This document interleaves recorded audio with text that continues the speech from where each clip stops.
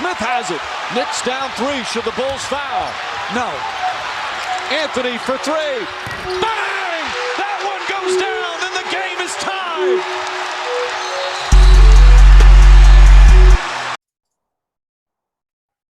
All right, recording this 6:24.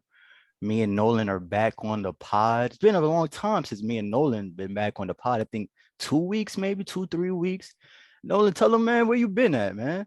Oh, what's up, man? Good to see you. I just got back from vacation, went down to Asheville for a few days and spent a week down in Myrtle. So refreshed and ready to talk some Knicks hoops and hoops in general. How you been, buddy?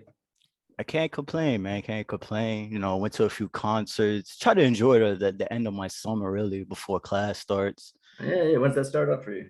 It's already started. Like, shit. Yeah, yeah. So last weekend I went to travel actually to Connecticut. Went to a show, Conway the Machine. I don't know if you're familiar with.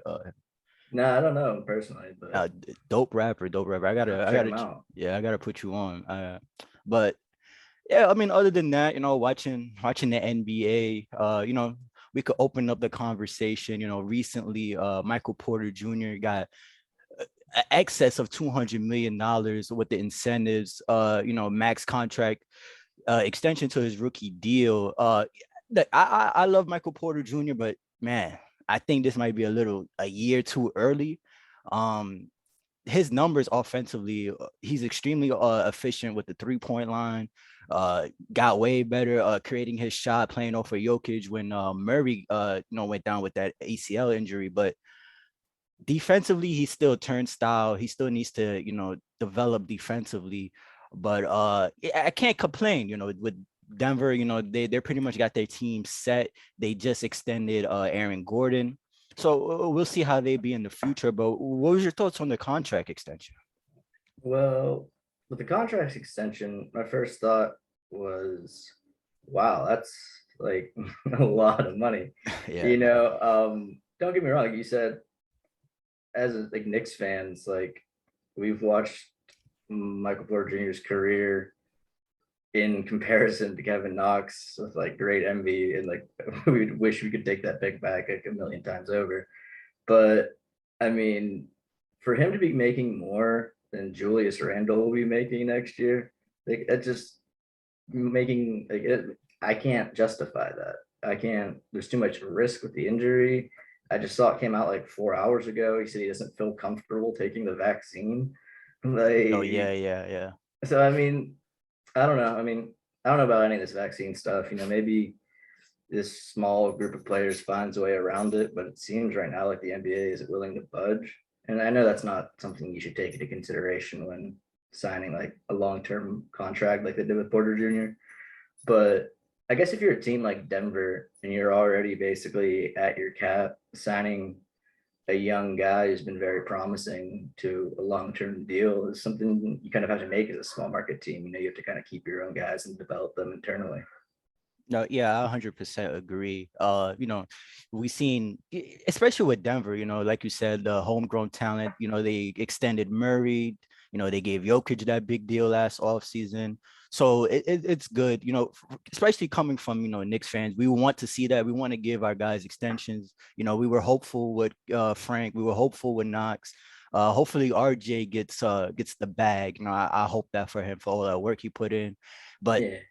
man, I'm right there with you, man. That's the thing you said, like even like you said at the beginning that you were like, you said you think this deal was like 1 year too early. Yeah. But that's the thing. It's like he's on Kevin Knox contract basically. So like after this year, he would have been an unrestricted free agent if you would let him walk. So it's like kind of almost had to make a deal. Yeah. If you're the Denver front office, do you do that, Nolan? Knowing that, like, you got to do a deal, or you just, you know, you roll your cards. You got to think, man, because last playoffs, you know, the back is still a thing. The back is definitely still very a thing. much still a thing. It's always going to be a thing until it's not. Which I mean, it isn't the most fair thing to say, but I mean, the way he moves on defense and the way he kind of struggles to create his own shot sometimes are definitely issues to watch. And like, I mean, don't get me wrong, we've seen in the NBA, the cap's probably going to go up in the next 2 years. So his contract might not look as bad in 2 years, but as of right now, it feels like a little bit of a risky overpay, but I still think, again, it's what you do if you're Denver, because there's only so much you can do to improve your team right now. And sometimes the best way you can improve your team is keeping your core pieces together. And if that's what they see Michael Porter Jr. as, then I think they made the right move. Yeah, I agree. I agree. You got to do it. You have to do it. Switching over to another team on the West, Minnesota. Minnesota decided to fire their GM.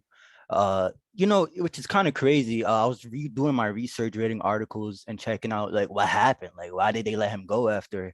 He did all the moves, drafted the guys, signed free agents, did trades. Like, this is his roster. Even back to the D'Lo thing. We don't know what that is fully. And it seems like he had affairs with other females in the front office, and he was creating a little bit of a toxic environment. It seemed like he banned another high-ranking official from coming into the office.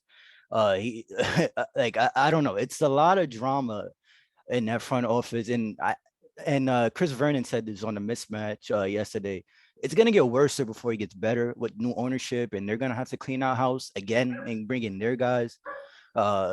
Chris Finch, the way they brought him in last year in the middle of the year when they had an assistant coach that's been there for years, that was another insane situation. I don't understand how the Towns is sane in a situation. You ever seen that meme with the dog? He's sitting down in the chair with the fire flames all over him. He's like, "Yo, this is okay." Oh yeah. That's Towns right now. That's definitely Garland Towns, man. That's anybody that has to play in Minnesota that long. It's a tough spot to be in. But just speaking on the GM particularly, I mean, it just feels like something that would happen to the Knicks. It just feels like a headline that we would have had to deal with in other years. And it's just so refreshing to be on the outside watching all the other teams' dramas that play out for once, the Ben Simmons stuff. But just like the fact that like you said, he was allowed to make the Patrick Beverly trade and sign a first-round pick, and then just 6 days before training camp that you fire him completely. It just seems like nobody knows what direction they're going in right now, even at the top. So I'm interested to see how long Karl-Anthony Towns is patient there. I mean, obviously, him and Tibbs have not a bad relationship. I mean, I remember people saying like it's not as bad as people made it out to be whenever he left Minnesota, but I don't see Towns coming to the Knicks or anything like that. But I mean, I would kick some tires at least. No, for sure. I remember texting you, asking you like when this drama came up, like what would you give up for Towns? And you said pretty much anything except for RJ and Julius Randle, and I 100% agree with that. I mean, he's definitely offensively at least, he's proven that he's a superstar offensively, and he could handle some of that load, but the thing, I think they have a little bit more time with Town just off the fact that D'Lo is there and they haven't really seen a full season of them playing together. So I think they got maybe two more years with Towns. I don't think that ship has sailed 100% yet. With the new ownership coming in, hopefully things get better. How do you see them competing next season, this upcoming season? Honestly, the thing that confuses me the most is just it seems like part of this firing I was reading might have had something to do with the D'Angelo Russell trade. Did you read that, or I just I read that maybe it has something to do with the Simmons thing. I don't know about the D'Lo thing because they gave up Wiggins. I'm pretty sure Wiggins in a first. Yeah, I'm pretty sure like 3/4 of that organization was already done with Wiggins at that point. Yeah. So I don't know how much. It's hard to say who won that trade though, right? I mean, if you're it's still not. It's it's still not over with. I'm leaning. I mean, you have to go towards the Warriors right now because like at least Wiggins has played and contributed at like a meaningful level, whereas we just really haven't seen a lot of D'Lo. But with the vaccine nonsense, I don't even know. Yeah, I don't even know, man. We'll see what happens with all that. But Man, it's a mess over there. As far as where I see them competing in the West, I still don't see them as a playoff team in the West. The West is just too good. It's too deep. And I mean, unless you see a player like Anthony Edwards or something take a really big leap, or D'Angelo Russell really come back to like all-star form, then I don't see him in the top 10 in the West. Do you? Man, I like this roster. I'm not gonna lie, but I don't know. Maybe a playing team. Maybe they fight like at bare minimum. No. Yeah. I think at most they fight for a playing spot, bro. Uh, I think defensively they still got a whole lot of question marks. Defensively, and Oh, they for they got sure. they got good young pieces. We got to see the jump that Edwards has. Me and you are very high on him. We think he could be somebody in this league, but Do you think? I think so. What do you think? He'll start at the 3, then Malik Beasley will start at the 2. I definitely think they'll do something like that. It's hard. Like, what else do you do? Because That's what I mean. Yeah, yeah, looking at and the that's roster. and that's where I think with most of the defensive issues, because the 2 and the 3, man, in today's NBA, Yeah, come if on, you're undersized there, you're gonna get. you know my model. So defensively, they got a whole bunch of question marks. They're definitely going to be fun. Definitely going to be tuning in League Pass to see how they're doing. But Yeah, I feel like they'll be one of those teams that can, if they show up and like things are clicking for them, they can run with pretty much anybody. They have enough like offensive firepower to do that for one game. But if you get a night where, say, uh, Anthony Edwards is struggling to shoot, or Carl Anthony Towns is in foul trouble, then I just don't know if the depth's there to keep them into that race. But yeah, I mean, I guess ceiling for them would be, yeah, like you said, a playing team. and when Chris Finch did take over, it seems like they played way better the second half of the season.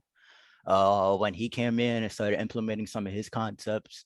Uh, I've heard great things about Chris Finch and his time with Toronto's, his time, I believe, with Philly as well. So we'll see how that goes. Trusted NBA coach around the league, but yeah, pretty much playing. Last thing I wanted to talk about before we have predictions for next season awards is the Ben Simmons thing, man. Another chapter to the saga. It seems like players try to meet up with him. He wasn't having it, told him to not even take the flight over here. It seems like he's willing to not get paid this year. He's owed an excess of $30+ million. So we'll see how that goes. But it seems like Rich Paul and Ben Simmons are pretty adamant about we're just not putting on the Philly jersey anymore. I don't care if it's training camp, media day, preseason, like it's over with. I kind of seen this coming after the Doc Rivers comments, and then he tried to go on ESPN and try to clean it up. Like, That was sad, man. they're really trying to clean it up. They're trying to add more trade value to him. Yeah, and it makes sense from that aspect, trying to make your valuable or your asset as valuable as possible. But at this point, so much damage is done. You can only really do so much. And it's gonna come down to a game of chicken, see if Philly's gonna really wait and not pay him until they find the right move, or if they're gonna get desperate to make a move right away. I really think it probably goes into the start of the season and depends on how they start off. If they start off and they look like they're a good team without him, maybe they settle for a lesser package. Maybe that makes them want to push for more. But I think if they go out and they have a really slow start, that's going to put them in a really bad spot, because then all the leverage goes to Simmons. So I mean, something's bound to happen here soon. Just not exactly sure when yet, but it's going to be interesting. And to keep it real, I don't see how they don't go to it. How they don't start like slow. You know what I mean? And unless Yeah, Embiid, averages 40 points a game and 15 rebounds and 3 blocks, like I do not see how Philly with all this commotion and we got to remember they're not getting anything in return for Simmons if he's absent, and he plays a big part of that team defensively. He's a huge reason why they've been one of the best teams defensively. You got to remember his vision. He plays a big part of that team, and I don't see how They don't. I was in hoop spaces a few days ago, and I said like there's no way like Philly does like there's no way, and especially with the way the East is shaped up, man.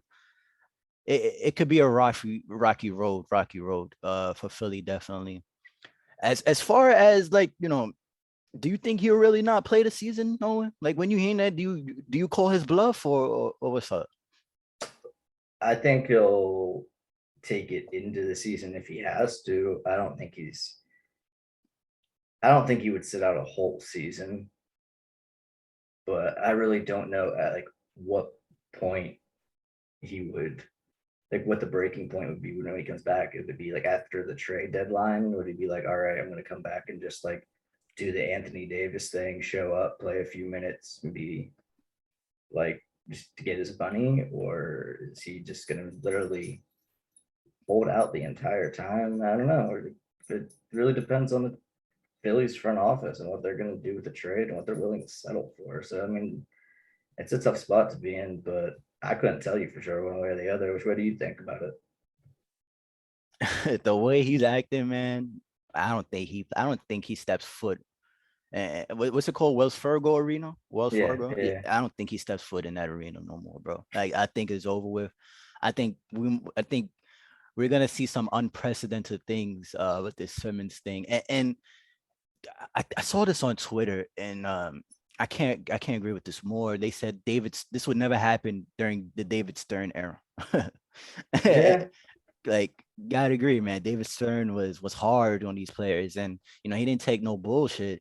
And it seems like Adam Silver, he's a little bit more player friendly, a little bit more lenient. Oh yeah, we've definitely seen the whole player empowerment thing really come to a Full fruition. Full peak here now. And like, I mean, it's just crazy a player like Simmons, like just so young, so much time left on your deal, demanding a trade, and then saying like you're not even willing to come back and play a game. Like I can't imagine. I think you even texted me about the game when he goes back to Philly. Oh yeah.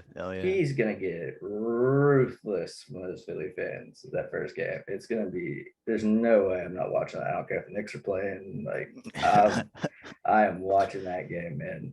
No, that game is going to be epic. Like LeBron coming back to Cleveland, like it's I want going to to be see one of those. Embiid and Embiid and Simmons chirping at each other. That's all I want to see. And coming out of Simmons camp, he was saying, another part of the reason why he didn't want to play with the Sixers is because playing with Embiid is, counterproductive to his skill set. And it's like, now you finally realize that, like, I've been preaching. And it's like, who's the one with the skill set that's like limiting this? Is it the big man that can shoot threes, or is it the point guard who won't shoot? Yeah. Issues way more on Ben Simmons still than Embiid. Yeah. I hopefully he goes to a team where they're starting fresh. They're starting real fresh, and he's able to just take those young guys and lead them on. I really want to see what a team led by Simmons, what could it do, and that's definitely hopefully that comes out of this situation. Hopefully. Yeah. I'm growing up warm to the idea of him going to Houston. I don't think it'll happen, but I keep telling my Sixers friends that they're going to get is like John Wall on a first for Simmons. And I mean, if it gets desperate enough, it really might be the best they can get. But man, that'd be something to see, right? I mean, if we look at the teams, right? If we're looking at the rosters, man, like viable options, like real viable options that are willing to really take his money on and stuff like that. I mean, Minnesota, that's one team. The Kings, that's another team. If we're not talking about like a Damian Lillard swap, like him just going to a lottery team, like unless Dame specifically says he wants to go to Philly, I don't see any way that the value matches there. I think if Washington, if I'm them, and this Beal situation, and I could start fresh with Simmons, that's something I would look at. That's something definitely. And I text you Detroit.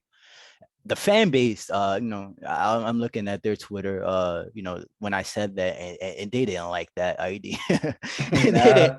They didn't like that idea. But definitely the Washington thing. If the Bill thing starts to tip over, and Washington ain't coming out the gate strong like Washington fans think they are, with the signing with Dinwiddie, Thomas Bryant coming back, another year of Gafford. Like we'll see how they do, but definitely Washington. And if I'm Simmons, I want to go to Washington. Yeah, yeah. Even like I said, even like Houston, like there's a lot of really good young talent on that roster, whether it's like Christian Wood, whether it's like whoever they drafted this year. Like, I mean, there's a lot of players on that team that if you put Simmons around them and like let him run that offense, like it's gonna be fun basketball to watch, regardless of whether it's like takes you to the playoffs year one or not. I still think that'd be like a good long-term move for a team like that, any small market team. Definitely. And if you're starting fresh and you're a small market team and your starting piece is Ben Simmons, shit. But Can't that's the thing complain. though, is that I don't think you make the move unless you are a team that has a few other pieces. Like, you know what I mean? You got to at least have someone be like a promising up and coming young star, at least. Otherwise, it's like, are we going to bring in Simmons and then what? Like, all of a sudden, we're going to hope to bring in other free agents to the small market team that's like never brought in free agents. You know what I mean? But I don't really mind if I'm like Houston and I'm with Orlando. Ben Simmons is still young. I don't mind getting Simmons and losing for a year or two and trying to get some assets, trying to draft correctly because he makes everybody better. So it's like, Definitely. you know what I mean? Like if you're one of those teams, like if I'm them, definitely playing for the long term. And if this your guy, he could be a second best, third, but whatever you feel like about him. But he's definitely a young piece. Mm-hmm. For You know. sure.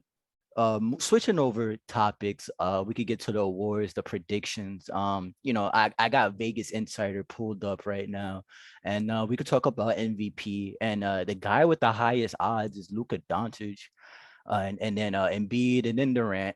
But if I had to pick myself and predict, who's gonna have the biggest, season next year, man, definitely, Devin Booker. I'm definitely looking at Devin Booker to have an MVP type season.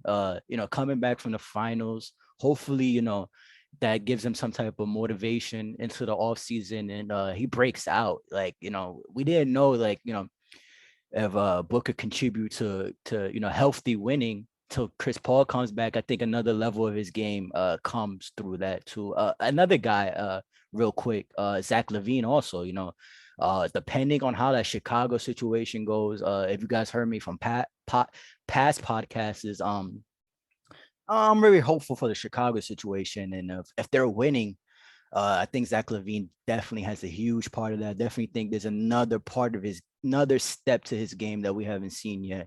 Definitely improving every single year. What's your thoughts? I could see him being a most improved player, which is He like would have hard to got it say. by now, though. But No, that's the thing is like I feel like yeah, like, statistically wise, like yeah, like if he was here, he should have got it. Probably should have been like from last year or the previous year to last year was like probably the gap. But I feel like it went really, really under the radar in terms of just like casual like NBA followers that don't really watch Wolves that much. Is that they didn't really see how good he was.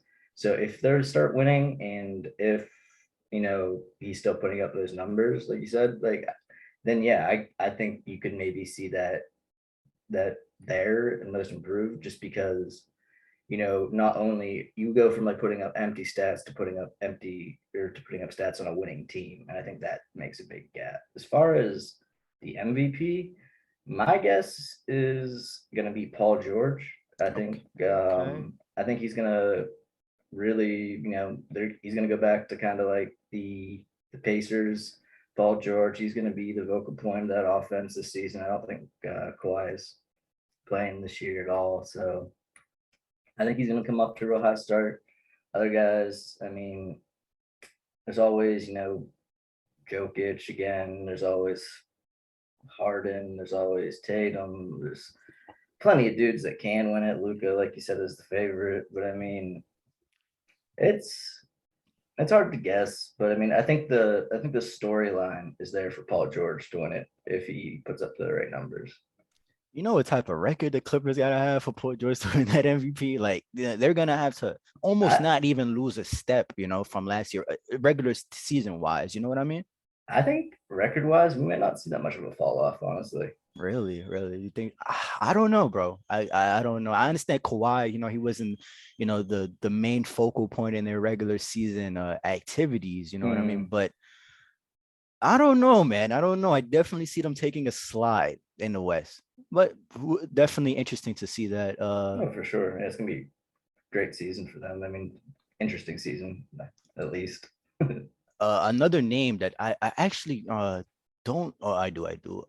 Jason Tatum, my fellow Dookie. I think he's definitely gonna put up the numbers to be in the conversation, but I think it's all about Boston and their record. With the addition with Schroeder, That'll be a big part of it for sure. definitely want to see if Tatum could get to that level yet.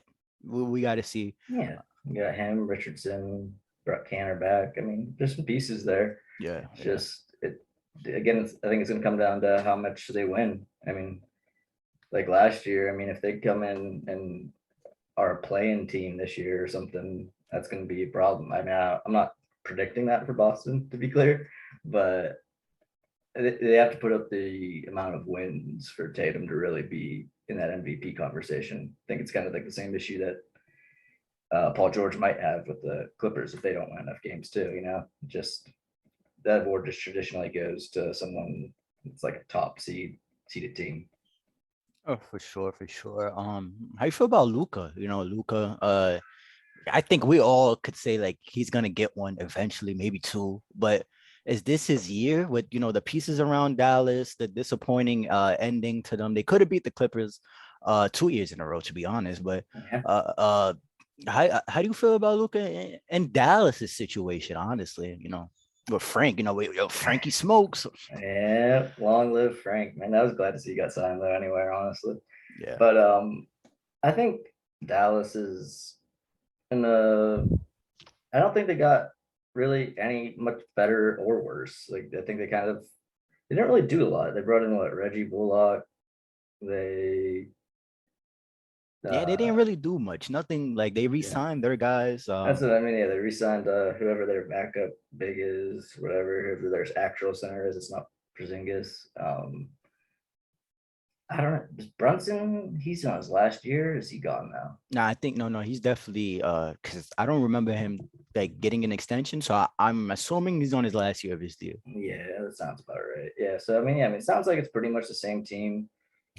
So I mean, we'll see. But Luka can, we've seen he almost, like you said, he almost beat the Clippers healthy with Kawhi 2 years in a row. So with like a team with the Clippers down without Kawhi now, like who's to say that Dallas won't make that leap? I mean, they definitely have some pieces there, and we all love Reggie. We all we all know of Kristaps and what he is now, which isn't isn't much of the player he was when he was in New York. But Luka's one of those players that you saw it in the Olympics. He can just carry his team and put him on his back. And that's pretty much everything the MVP is about. So, I mean, if Dallas wins enough games, I think he'll definitely have the numbers to be in the conversation. Am I wrong for thinking Porzingis might have a comeback season? I think you're wrong, but I'm glad that you're thinking that. Because like it's just in my head. I'm like, like eventually this guy has to come around, right? Maybe. I don't know. I don't know if like knees just like get better for 7'3" people.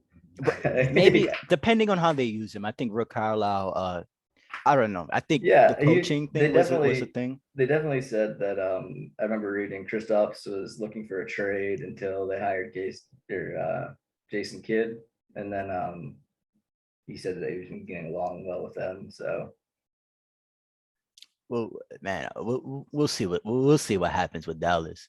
Yeah. But we'll see. Moving on, most improved. We could talk about that for a little bit. Vegas Insider has Shai Gilgeous-Alexander as the best odds to win it, following Zion, following Michael Porter, and following Kevin Porter Jr., which is one of my picks definitely. We got to see Is how that the order? Yeah, exact Oh order. wow. Yeah. He's ahead of, they have Kevin Porter Jr. ahead of a lot of people. I They wasn't have know him about ahead that. of, Sexton, Wood, Triple J, who's another one of my picks, Jalen Brown. They got him, ahead of a few guys, notable guys. But Yeah, the I'm looking at talent the is list definitely now. there. The talent is definitely there. I can't complain. I wanted to talk about Triple J out of Memphis. I think this is a big year for him, contract year for him.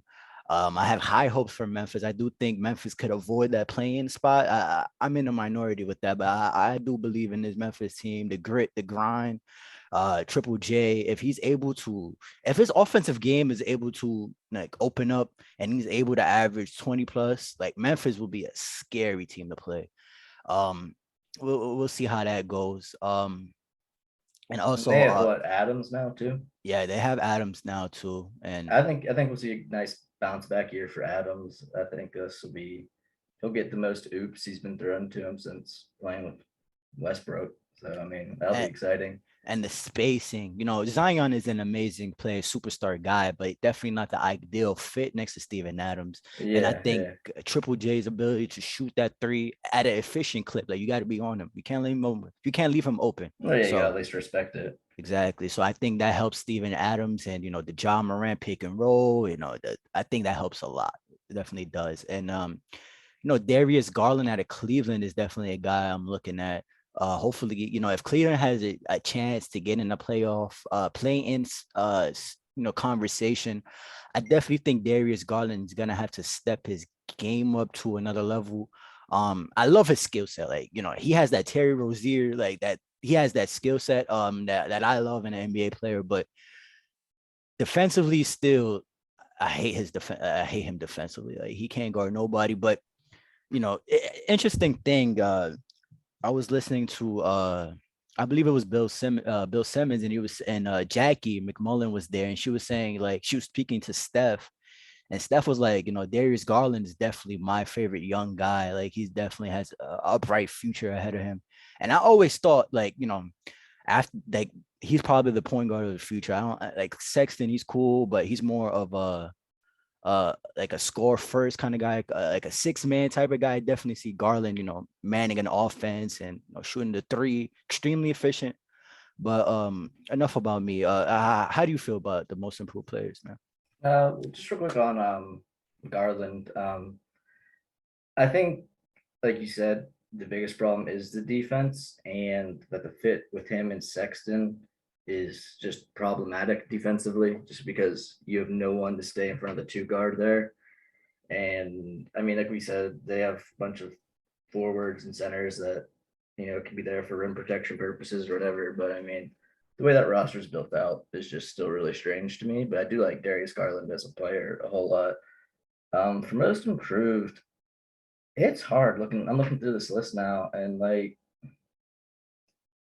Yeah, right. I mean, like, I I wanted to mean, pick RJ, but I don't know how yeah, and much that's where I was. I was situation. looking at him, and then I'm looking like above him, and then there's like Fred Van Fleet, and like Fred Van Fleet has a better chance of winning like Yeah, most man. improved player than Yeah, RJ. yeah.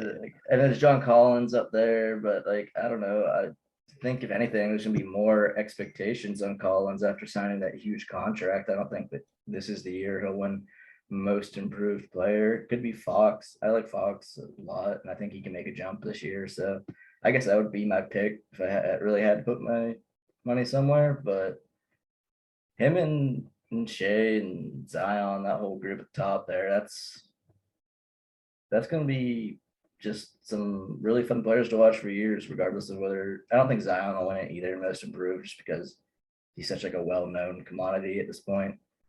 Same with Shaq, really, too. I don't know if he's. I think he has enough respect in the NBA that winning most improved player almost like wouldn't feel right. Yeah, definitely, right. The love for Shy since Chris Paul has been at OKC has like gone crazy. I've never seen a guy be like, yo, this guy is like he's not as cracked up as he is. You know what No, I and mean? it's everybody too. It's It's like everybody. it's not like he's one of those polarizing people where like some people say this, some people think that. It's like no, like everybody that watches Shea like loves his game. Is like this kid is the real deal. Definitely. A few guys on this list that that sparked my attention. Kelden Johnson out of San Antonio. I think they're definitely going to be looking at him to especially offensively with DeRozan gone and a lot of those veterans. Rudy Gay is gone now. So I think a lot of the offensive burden is definitely on him. I think a lot of those San Antonio guys could be up there, Murray. Murray, I don't know how I feel about Murray, I really don't. I don't know if because he was almost like he was shy before shy, right? Yeah, I mean, He was Shea before Shea. You he know what I was mean? he was everything we wanted Frank to be. Oh man, I think he's on another level. Well, that's what I'm saying. That's what we wanted him to be. He's a pest on the defensive end, and he can actually like shoot and take it to the rim. So I mean, yeah, it's a pretty good player. I don't know. When I see him, it's like, did we like? Is this the best he could be, or is there another step to his game? Because if there was another, step to his game, maybe we would have seen it already. But he's still young. Definitely still young. That's the thing with some of these players. I mean, then again, like no one would have predicted Julius going into last year, so it could be anyone, man. Anyone could have a breakout year. For sure. Lonzo Ball, I see on this list. Can't. If he has a breakout year for Chicago, if they, if Chicago has a breakout year, you can only think Alonzo Ball has a major factor in that with Zach Levine. We'll see. Moving on. Rookie of the year. Vegas Insider has my guy Cade coming in at number 1, followed by Jalen Green, followed by Jalen Suggs, and then Scotty Barnes, Evan Mobley. You know, we studied this rookie class for forever, I feel like, and all these guys, they can make a mark in the league, but I think one guy that I have my eyes on is the top 2 guys, right? They're gonna have the most opportunity, maybe the top 3 guys, right? I think Snugs definitely has a chance at there because they're gonna give him the ball in Orlando. You could only think they took him 4th or 5th with all the guards they have and not put the ball in his hands, right? Right. So I definitely think just a statistical point of view, he has a good chance. Jalen Green, you gotta think like they're just gonna let him do whatever, and Cade as well, right? What's your thoughts? Yeah, I mean, I agree with you. I mean, if I had to pick, it would definitely be Cade, just because he's going to be able to play through his mistakes and just like do whatever the hell he wants in that Detroit team this year. I mean, I'm looking at some of the other names. Like, I like Book Knight a lot, but I don't think How much opportunity, right? Right, this year that he's going to be able to do it. I like, I like, I like Kaminga and Moody, but again, opportunity. I don't think they'll play enough. Jalen Green, he has a chance. Suggs, your boy Scotty Barnes, they could all win it. I'm lower on Mobley than most people are, just because the fit in Cleveland I feel like is strange. Yeah. But I mean, I like him as a player, obviously. But yeah, I mean, rookie of the year, if I had to pick, I'd go Cade. Yeah, for sure. Interesting you talked about Mobley because some guys think, some experts believe that he was the most talented guy in the draft, but the situation he is in Cleveland is a shitty one, bro. It's a shitty one. But I don't know. I don't see how I don't see how he wins rookie of the year. I don't see how he's this high up. Like I yeah, don't. that's the reason I brought it up. Is like his name surprised me that it was up there. I'm not. I mean, I guess because I mean, outside like who below him really would be over there. I mean, there was like Davion Mitchell, but I guess I would have Davion ahead of Mobley, honestly. Yeah, right. I don't get that. Another name on this list that I see. Wait, Jared Butler's in New Orleans? I thought he went to Utah. Like what? Wait, who? Jared Butler from Oh Baylor. yeah. I'm not sure. I don't know where he got drafted. I'll be honest with you. I thought he went to Utah, but that's weird. I thought he went to Utah. But, yeah, but I don't know, man. I don't know. You see McBride down here. I don't know how much opportunity he gets for that. I mean, Yeah, I definitely don't see him having a huge role this year. Maybe young games like I don't know. Kemba said during media day that that not playing back to backs was all the Celtics idea, not his. So we'll see what actually happens with that. But I mean, maybe if him or Rose are out of game, he'll get some minutes or called up or whatever for those games. But as far as being like a regular rotation piece, I think you'd have to put together a really, really good camp and preseason for him to even have a chance at that. 100% agree. 100% agree. Switching over, defensive player of the year odds. At the top, no surprise, we got Gobert, we got Simmons, we got Miles Turner coming back from injury. They got him pretty high up here. Embiid and Davis to round out your top 5 at Vegas Insider. I'm tired of Ben Simmons getting robbed, bro. Like, he needs to finally win this award. So 20 years from now, we could look at him as one of the best defensive players in the game at his in his era as he is. I think it's ridiculous he hasn't won one yet. Whatever situation he goes to next, definitely has strong odds for that. Bam, people talking about his offensive development, but I think if Miami is going to compete at a high level, I think Bam needs to play at a defensive player of the year type of season. Needs to be in that top 3 category. I agree, and I think he's definitely capable of doing it too. I mean, he's a free guy. Bam's one of my favorite players in the NBA, to be honest with you. Yeah, he definitely has a unique skill set. And you got to remember, man, he's 6'9", bro. That's what I mean. His wingspan is just crazy. It's all like strength for him, down there, Other names that we see, we talked about DeJounte Murray. We talked, Marcus Smart. Maybe this is his time to get up there and win one. Boston, I think they're going to rely on him heavily on the defensive end.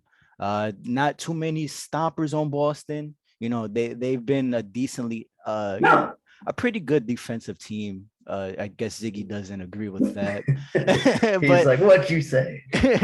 Boston sucks on defense, man. What you mean? Boston. But definitely Marcus Smart. Jimmy Butler. We'll see. What's some names that surprise that you would think? Well, to be honest with you, like, as far as defensive player of the year goes this year, I'll just be happy if Rudy Gobert doesn't win it again.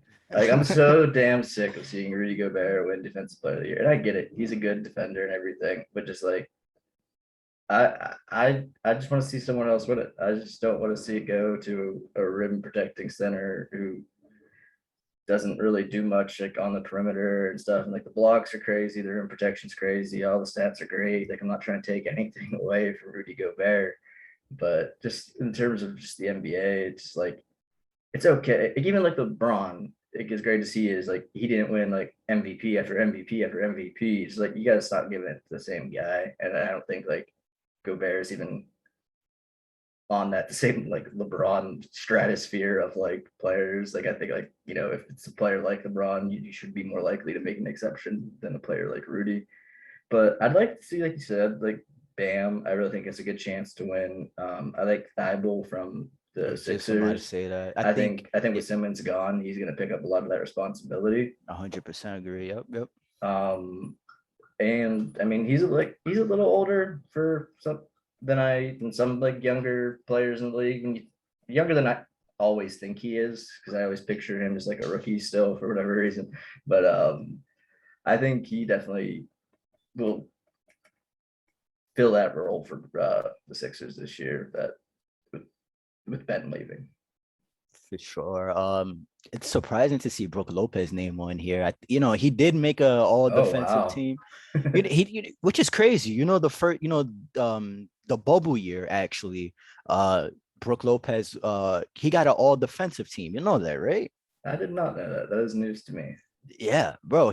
This just like last year, 2 years ago, he was known as one of the better defensive players, and last year in the finals, he got exposed on that drop coverage, bro. Yeah, right. From the whole series. So I don't really see Bigfoot Brook Lopez winning that award. No, I think that's a little carried away with the championship hype there. For sure. As far as maybe not defensively, but just a conversation for most improved. How you feel about DeAndre Ayton? You know, he was supposed to get a contract extension. Interesting to see Michael Porter Jr. getting a contract extension before Ayton. But that's a thing. How you feel about Ayton maybe winning Defensive Player of the Year, maybe just winning Most Improved? You never know. But how do you feel, man? I like Ayton a lot, and it's hard to say. I mean, he took a big leap last year. Yeah, especially defensively. Right. And it's hard to say how much of the offensive leap was just having Chris Paul there. Which, I mean, I know it's easy to just like say like having Chris Paul makes you a better player, but like look at like the big men that have played with Chris Paul, like DeAndre Jordan he set the field goal percentage record play with Chris Paul from all the oops and Lob City that Mitch broke a few years ago. So I mean, I think all the talent's there for it, but I don't think he'll do enough on that end of things that on the offensive, or like I said, the defensive end. I don't think on the defensive end he'll be quite enough to be defensive player of the year or anything like that, but most improved I could maybe see. Yeah, for sure. We'll see how that works out in Phoenix. And switching over to the sixth man of the year, Vegas insider, they got Clarkson at the top of the list, trying to go back to back. They got my boy Kevin Huerter up there coming off the bench. He should be starting for Atlanta, alongside of Hunter at the 2, but we'll see how that goes. Patty Mills at Brooklyn, see if he could help them win the championship. Joe Ingles was always going to be in the conversation. A unique Swiss Army knife for the Utah Jazz. Halliburton, who surprised me his rookie year. I was pretty much like, this guy's not a lottery pick, based off the film, but definitely I gotta watch more full games of prospects because I did not get to see his IQ. If I were to watch like the games, the eye on the games, I would have like saw his IQ and I would have ranked him a little higher than I did before. But yeah, I definitely see Tyrese Halliburton being up there for sixth man of the year. Dragic, his situation with Toronto. I don't know if he starts. I would like to see Malachi Flynn get that start in Toronto. I think they'd be way more competitive. I think he will. I think Goran Dragic will be like a six man for them. I don't think they're going to try to trot him out to play heavy minutes. I don't think they're like. I think Toronto wants to get back to winning this year, but like I don't think like they're in desperation to start Goran Dragic level like desperation to win yet. You know what I mean? Yeah, definitely for sure. And Malachi Flynn, out of Michigan State. Yeah, he had a great summer league at least. Great summer league, great rookie year. I mean, defensively, he's gonna be there, could shoot the ball. A great piece for Toronto. Toronto knows how to draft. That's another organization I respect. Drafting wise, they could build a team. And who I think is gonna win this award, Derrick Rose, man. Shout out to Derrick Rose. I think he definitely the impact that he's going to have for our team. I think we're going to be able to attack teams in waves, the starting unit, the second unit, even, our young guy we were talking before with McBride, Grimes, and I think we're able to attack teams in waves, and Derrick Rose leading that second unit. Man, I see him hosting that sixth man of the year award at the end of the year. See, I really wanted to go with Derrick Rose here. And the reason I didn't is it's twofold, I guess. The first part is just that he ended up third this year in sixth man of the year. Just so like, I don't know. I'm just one of those people that thinks that sometimes when you do the same thing like year after year, it kind of starts to be taken for granted. And seeing that he got so much recognition and love last year, maybe this year in like a minute split with Kemba, which is the other thing, is that maybe he won't be playing as many minutes and won't be asked to do as much because him and Kemba will be splitting it so equally that he won't like be considered by everybody as six man really. But I don't know. I mean, there's a lot of names on here that really surprised me to see too. Like six man of the year, seeing they have TJ McConnell down there. Like yeah, they got Kobe White. Yeah, I mean, Kobe White will have his opportunity off the bench. Like I could see that, he but will. He could be a spark plug maybe, a but six man, I don't know. that's what I mean. Yeah, There's a lot of people on here that I don't know. I mean, I think Brunson has a good chance. Yeah, I see Brunson has a Brunson's good name. chance. Yeah. Patty Mills is there for Brooklyn, but I don't think he'll. Actually, he might with this fucking Kyrie shit. Maybe he'll play a ton of minutes. Too many minutes to be six man even. But How you feel yeah. about Shake Milton? Uh, he could win it. I really like Shake a lot actually. From Philly, it'll be interesting to see. I mean, early on, obviously, there'll be plenty of playing opportunity for him and was it Springer they drafted, right? Yep. So, I mean, if there's a chance for Springer to play early on, it'll be, before the Simmons trade, while they're down a man. So it'd be interesting to see those two in the backcourt together. But I think is Lou Williams still playing in it? Did he sign again? Yeah, he's coming back to Atlanta. Oh man, I kind of wish he wasn't, but Yeah, I mean, I don't know. Yeah, Kendrick Nunn, I don't think he's gonna win it. I don't think he'll play enough. Portis' name is there, like Yeah, like yo, what is Portis' name doing on this list, man? I get it. He's good for like a few of those games every year. He had the great run with Milwaukee. He fills a nice little hole for them, and he had a good season. But come on, man. Yeah. Yeah, Jordan Poole's name is there. I don't know if he'll get the opportunity, but I like his Yeah, skill yeah. set. He has that, he has that skill set, that Terry Rozier Garland skill set. Like I like Jordan Poole's game. I don't know, man. Alfred Simons, does he finally develop into a 6 man a year guy? I don't know.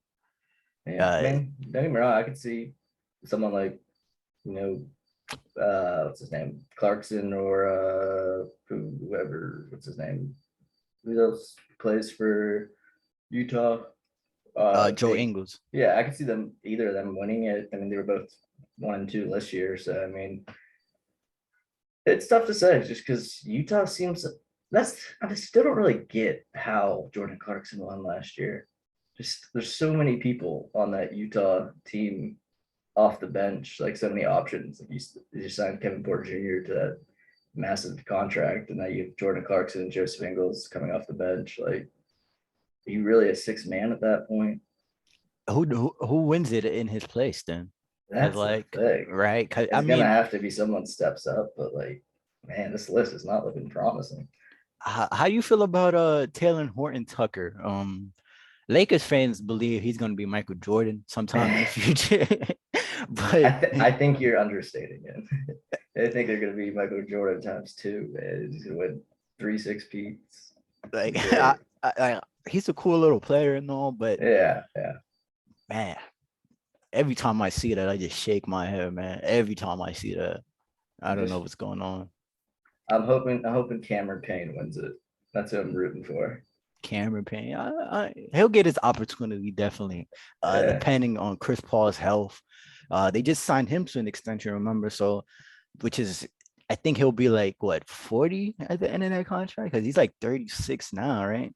Is he Chris Paul? You mean? Yeah. Oh yeah, sorry. No, I thought you were talking about the other point guard, but no, yeah, Chris Paul's gonna be pretty old. He's making insane. Him and DeRozan, man, they're gonna be making crazy money when they're really old players. And I think Chris Paul's game is going to hold up better than DeRozan's does, but sheesh. Definitely. We'll see. One last thing I want to talk about before we sign off on this pod is Knicks media day was here. Good to see all the guys come together. Look like a one big happy family. But as far as the Mitch situation, it doesn't seem like he's going to start the season. Seems like he's still progressing with the foot, I guess. We got Mitch and we got Noel shooting corner threes. I don't know how realistic that is, but hopefully not like at all. Hopefully work on catching oops and shit. Like, work on your hands, bro. Yeah. Don't be putting up corner threes trying to turn into what, Miles Turner or whatever. We don't need that. But what's your thoughts on the Mitch thing? I think it's important for us to speak about this. Big part of our future, big part of this season. I feel like we're gonna be competing at a high level. Noel can't be our starter, long term. He could fill in, here and there, but Mitch is definitely the man at center, and we won't be able to get him in the beginning of the season, which sucks because I'm gonna be at the games in the beginning of the season, so I won't be able to see Mitch. But how do you feel, man? I think from all of the reports, it sounds like the Knicks are like willing to let Mitchell Robinson like test free agency and see what the best offer is and match it if they have to and let him play out this year and kind of prove it. Which, if you're the Knicks, really isn't the worst thing in the world. He has had some injury issues. Do I think they're overblown? Sure, but like the fact that you're a big man coming off a broken foot, it's never like the ideal situation. Speaking of, did you hear Zion broke his foot? I didn't. Wait, what you said? They kind of Zion Williamson broke his foot. No, I don't think he didn't break. I think he had surgery on it. Yeah, he broke his foot. No. I think it's the knee, bro. It's the knee. I was pretty sure it was foot, but either way, something that's not good for Zion Williamson coming down with all that weight on his knees, the foot, all that time isn't going to end well. But I mean, Mitch, I think he's going to have a really good year, and at that point, it's going to come down to what other teams offer him. Because I mean, I think that if he is asking for some like crazy Jared Allen money, then I don't think any other team's going to give it to him either. But you do have Nerlens on a fairly reasonable deal that if the price gets too steep, you're not scrambling to find alternative answers. You're not scrambling to sign him to a bad contract just to lock up a big man, because you at least have one for the next few years. So I think them signing Nerlens gives you like every indication of how uncertain and fluid the situation is. But I definitely think that in the eyes of the front office that Mitch is still a part of the future, and that he just needs to have a year to actually stay healthy and show it on the court before they're willing to put pen to paper on a deal like that. And I think the Knicks are more willing to give him a deal if he shows out. Like I think, right. If he comes in, like I'm not saying he'll have like a Julius Randle year, but if he comes in and he shuts everybody up and he's that guy at the center position, I don't see why the Knicks would not open up the checkbook, right? Yeah, as long as you're not paying them like some absurd amount of money. Yeah, I mean, I wouldn't pay him but the Cavs are paying Jared Allen still probably. No. But I mean, somewhere between there and like 12 million. Yeah, I think there's a middle ground there that can work. For sure. And one last thing. Obi has been talking a lot during this media day, speaking about all the work he's put in. Tibbs actually spoke with the media today and said that they probably last year the numbers were very inefficient with Obi and Randall playing together. So we probably won't see that. Tibbs said that today. Like don't ask me about that no more. Like that's not happening. Yeah. Tibbs loves his rim protection. He's not giving that up to play Randall and Obi together. And I have an attachment to Obi now, and I don't know. I don't know how much like playing he gets, man. Like we say this all the time. Yeah, it's an issue, man. It's an issue, huge issue. It's just because you drafted him 8th overall, and that's the reason this offseason I kind of was more open, I think, than you were a little bit to the Sexton trade, is because like the positional value is so off with him here that I don't know if he'll ever play enough to bring his value high enough to like bring in anything that's really worth what you're giving out, which really sucks because I really like Obi as a player. And like, if he is a good player, you want to get the most you can for him. But if he's only playing 15 minutes a game, that's a small sample size to try to sell a team on. No, I 100% agree, man.